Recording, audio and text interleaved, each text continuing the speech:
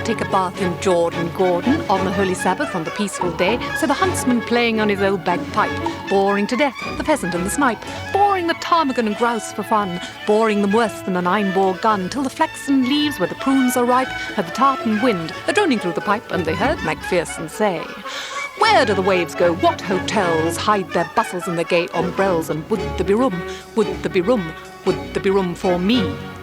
There is a hotel at Ostend, cold as the wind without an end, haunted by ghostly poor relations of Bostonian conversations, like bagpipes rotting through the walls, and there the pearl robes fall like shawls, with a noise like marine waterfalls, and another little drink wouldn't do us any harm, pierces through the sabbatical calm, and that is the place for me. So do not take a bath in Jordan Gordon on the holy Sabbath on the peaceful day, or you'll never go to heaven, Gordon Macpherson, and speaking purely as a private person, that is the place, that is the place, that is the place for me."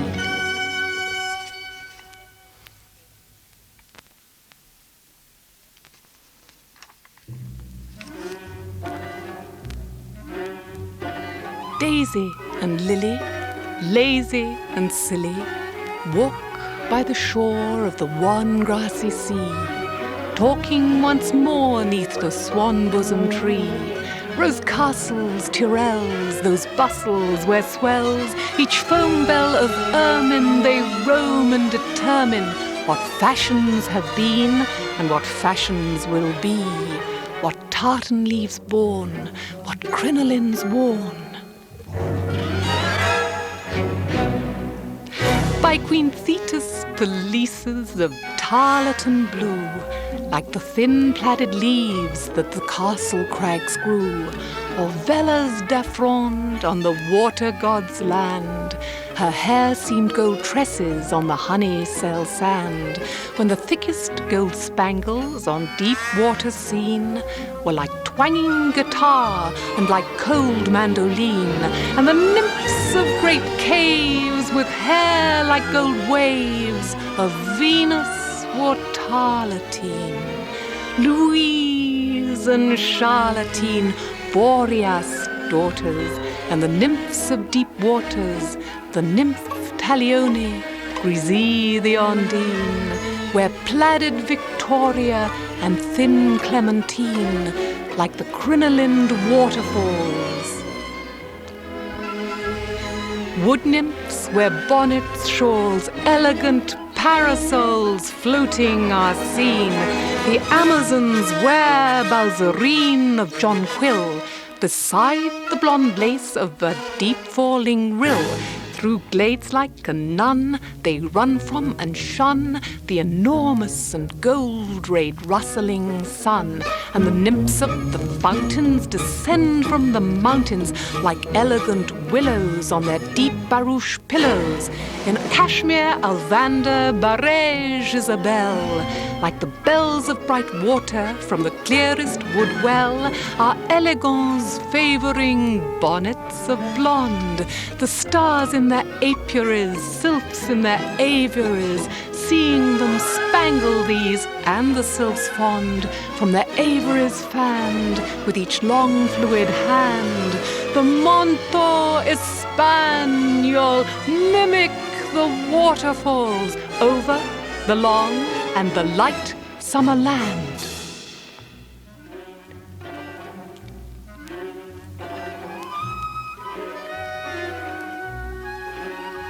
So Daisy and Lily, lazy and silly, walk by the shore of the one grassy sea, talking once more neath the swan-bosom tree. Rose castles, Tyrrells, those bustles, murels, of the shade in their train follow. Ladies, how vain hollow. Gone is the sweet swallow. Gone, Philomel.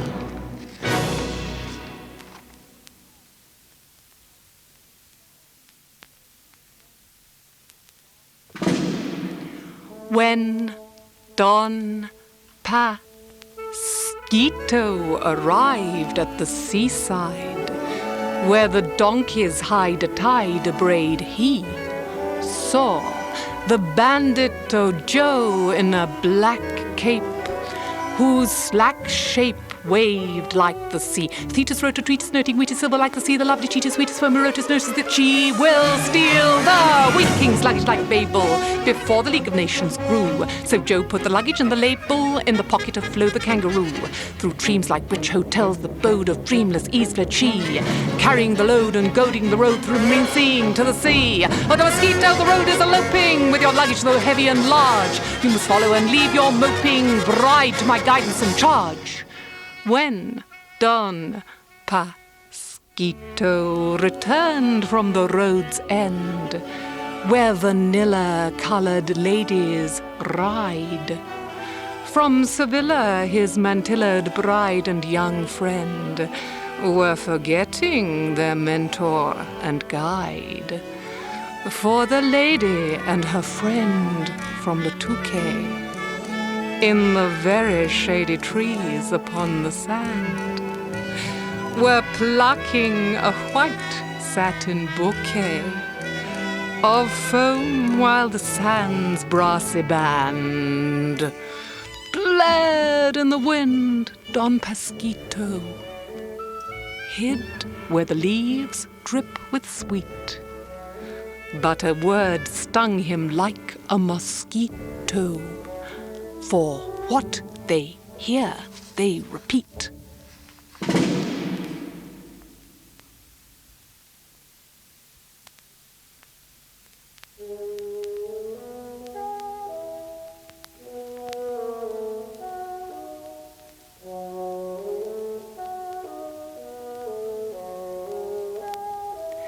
We bear velvet cream, green and babyish. Small leaves seam each stream, horses' tails that swish, and the chimes remind us of sweet birds singing like the jangling bells on rose trees ringing. Man must say farewells to parents now, and to William Tell and Mrs. Cow. Man must say farewells to storks and bets, and to roses' bells, and statuettes, forests white and black, in spring are blue with forget-me-nots, and to lovers true still the sweet bird begs, and tries to cozen them by angels' eggs, sold by the dozen. Gone are clouds like inns on the garden's brinks, and the mountain gins Ganymede sells drinks, while the days of grey and his heart of ice, grey as chamois ore, the edelweiss, and the mountain streams like cowbells sound, tiralira drowned in the waiter's dreams, who has gone beyond the forest waves, while his true and fond ones seek their graves.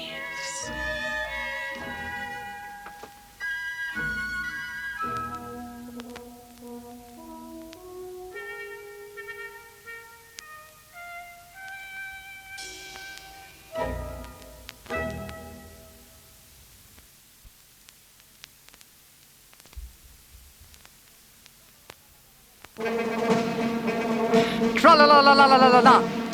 See me dance the polka, said Mr. Wag like a bear, with my top hat and my whiskers that tra-la-la-la trap the fair, where the waves seem chiming haycocks I dance the polka there. Stand Venus children in their gay frocks, maroon and marine, and stare to see me fire my pistol through the distance blue as my coat. Like Wellington Bar and the Marquis of Bristol, Busby's great trees float, while the wheezing hurdy-gurdy of the marine wind blows me to the tune of Annie Rooney sturdy over the sheaves of the sea. And bright as a seedsman's packet, with zinnias candid up's chill, is Mrs. Marigold's jacket as she gapes at the indoor still, where at dawn in the box of a sailor, blue as the decks of the sea, Nelson awoke, crowed like the cocks, and back to the dust sank he, and Robinson Crusoe, the bright and foxy beer. But he finds fresh isles and a negress smiles, the poxy doxy dear. As they watch me dance the polka, said Mr. Wag like a bear, in my top hat and the whiskers that tra-la-la-la trap the fair. Tra-la-la-la-la-la, tra-la-la-la-la-la, tra-la-la-la-la-la-la-la-la.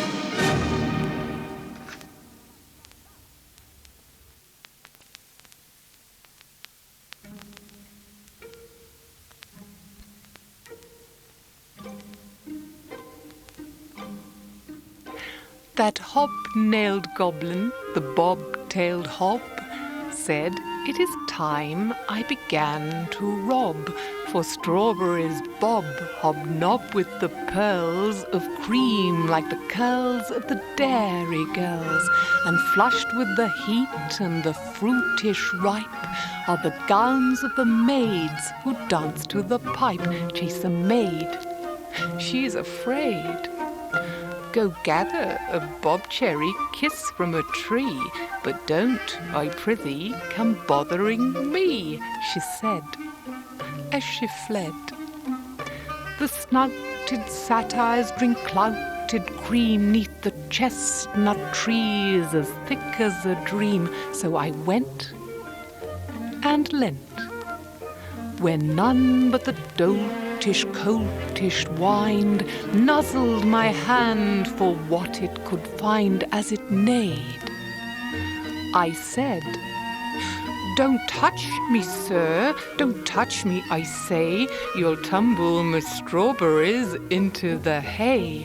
Those snow mounds of silver that be the spring has sucked his sweetness from, I will bring with fair head plants and with apples chill.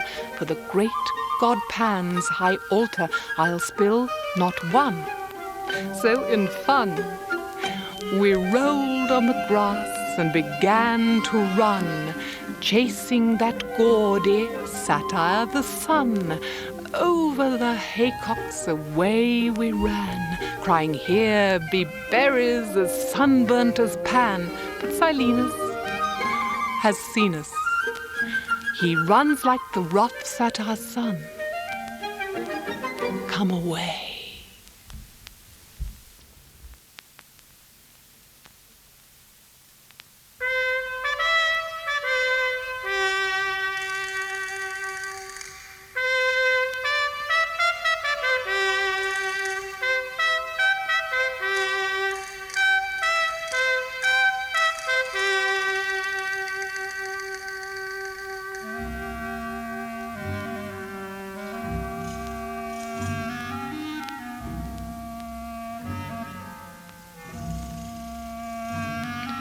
Long steel grass, the white soldiers pass, the light is braying like an ass. See the tall Spanish jade, with hair black as nightshade, worn as a cockade, flee. Her eyes gasconade and her gowns parade, as stiff as a brigade tee-hee. The hard and braying light is zebraed black and white, it will take away the slight and free. Tinge of the mouth organ sound, oyster stall notes oozing round her flounces as they sweep the ground. The trumpet and the drum and the martial cornet come to make the people dumb, but we won't wait for sly-foot night, moonlight-watered, milk-white bright, to make clear the declaration of our Paphian vocation. beside the castanetted sea.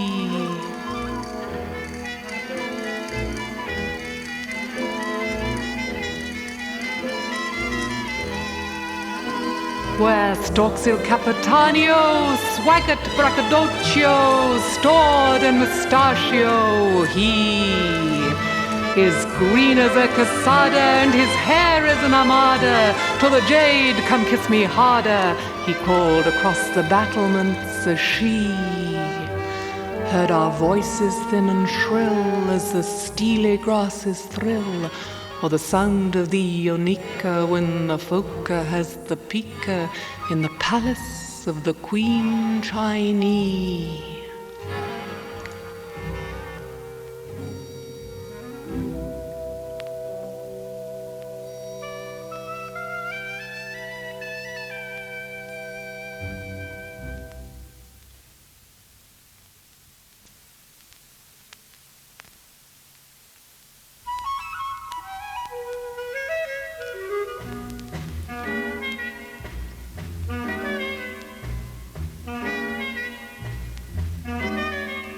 Lily OGrady, silly and shady, longing to be a lazy lady, walk by the cupulous gables in the lake's Georgian stables. In a fairy tale like the heat intense and the mist in the foots went across the fence. The children gathering strawberries are changed by the heat into negresses.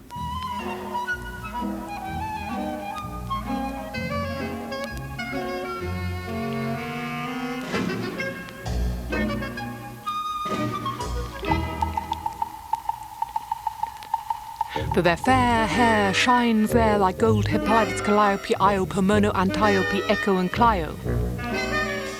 Then Lily OGrady, silly and shady, sauntered along like a lazy lady beside the ways haycocks are gowned with tuxes of satin the colour of shining green ducks, and her folderol parasol was a great girl son of the haycock shining, but she was a negress black as the shade that time on the brightest lady laid, that her satyr dog-haired as trunks of trees began to flutter, began to tease.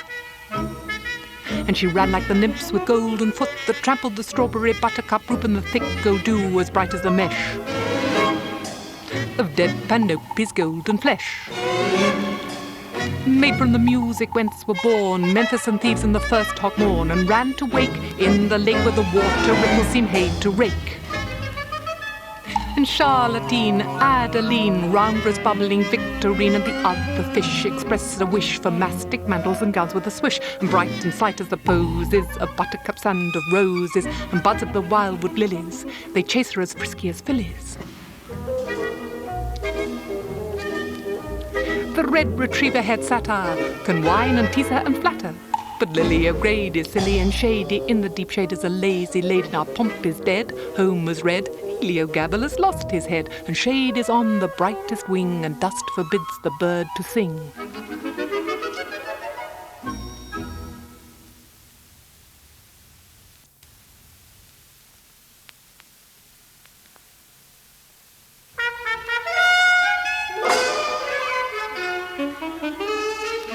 Oh, Sir Folk, tall as a stalk, before the honeyed fruits of dawn would ripe would walk, and stalk with a gun the reynard-coloured sun. Among the pheasant-feathered corn, the unicorn has torn forlorn the smock-faced sheep.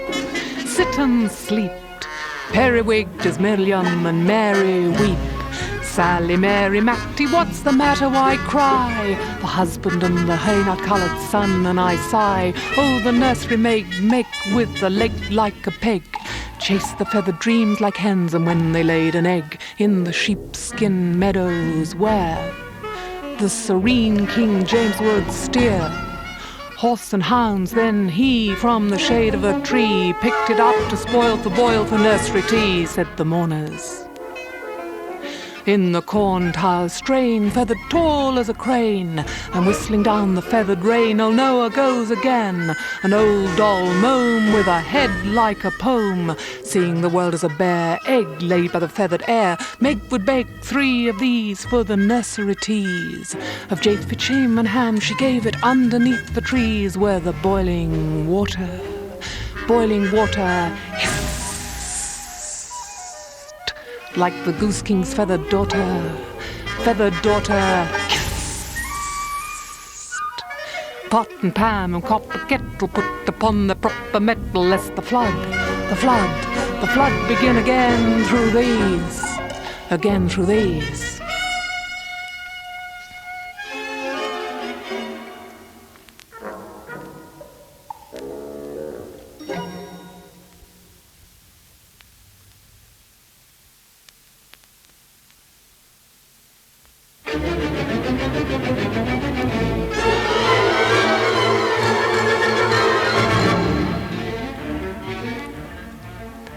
Where the satyrs are chattering nymphs and their flattering glimpse of the forest enhance. All the beauty of marrow and cucumber narrow and ceres will join in the dance. Where the satyrs can flatter the flat leaf fruit and the gherkin cream and the marrow. Secundina Salinas will settle between us, the good and the cucumber narrow. See, like palaces hidden in a lake, they shake those greenhouses shot by her arrow. Narrow, the gardener seizes the pieces like greases for gilding the potting show barrow. There, the radish roots and the strawberry roots with the flint-side roots in the cave. Trampling and thumping with circus kachakas and terrors krakowiaks hid in the shade.